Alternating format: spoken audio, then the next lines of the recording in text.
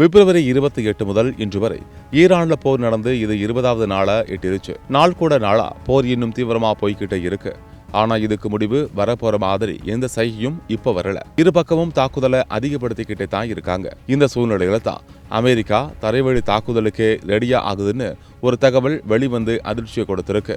அதிபர் ட்ரம்ப் தலைமையிலான அரசு மத்திய கிழக்கு நாடுகள்ல இன்னும் அதிகமா அமெரிக்க ராணுவத்தினரை நிறுத்தணும்னு ஆலோசனை பண்ணிக்கிட்டு இருக்காங்க.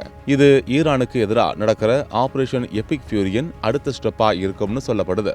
ராய்ட்டர்ஸ் சொல்றபடி முக்கியமா 2 இடங்களை குறிவைத்து அமெரிக்கா தன் படைகளை அனுப்ப திட்டமிட்டு இருக்குதான். முதல்ல ஹார்முஸ் ஜலசந்தி வழியா போகும் சரக்கு கப்பல் போக்குவரத்தை கட்டுப்படுத்த வானம், கடல், தரைன்னு 3 வழியிலையும் பாதுகாப்பு கொடுக்க அமெரிக்கா திட்டமிடுதான். இந்த பகுதியை கட்டுக்குள் எடுத்து உலக நாடுகளுக்கான சரக்கு போக்குவரத்தையும் சீர்படுத்தலாம்னு பார்க்கிறாங்க. அடுத்ததா ஈரானோட முக்கியமான எண்ணெய் ஏற்றுமதி இடமான கார்க் தீவுக்கும் அமெரிக்க ராணுவத்தை அனுப்பலாம்னு பேசப்படுது. முதல்ல மத்திய கிழக்குல இருக்கிற அமெரிக்க ராணுவத்தினர் எண்ணிக்கையை அதிகப்படுத்தி அப்படியே படிப்படியா இந்த இடங்களுக்கு போகலாம்னு ஆலோசனை நடக்குது.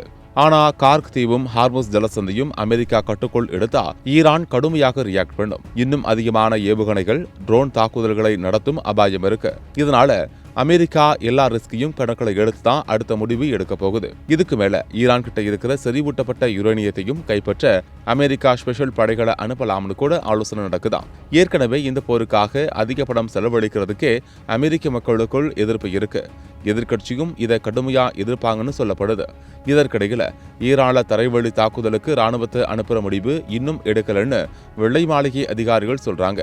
ஆனா அதிபர் ட்ரம்ப் எல்லா ஆப்ஷனையும் தீவிரமா யோசிச்சுக்கிட்டு இருக்காருன்னு குறிப்பா சொல்லியிருக்காங்க. முன்னாடி ட்ரம்ப் சொன்னது என்னன்னா, ஈரானால உலகத்துக்கு மீண்டும் அணு ஆயுத அச்சுறுத்தல் வராதுன்னு உறுதி கிடைக்கும் வரை இந்த ஆபரேஷன் எபிக் ஃபியூரி தொடரும் அப்படின்னு. பிப்ரவரி 28 முதல் இப்போ வரை அமெரிக்கா ஈரான் மீது 7800 தடவை வான்வெளி தாக்குதல் நடத்தியிருக்கு. மேலும் 120 ஈரான் கப்பல்களையும் அழித்திருக்கிறோம்னு தகவல் சொல்லுது.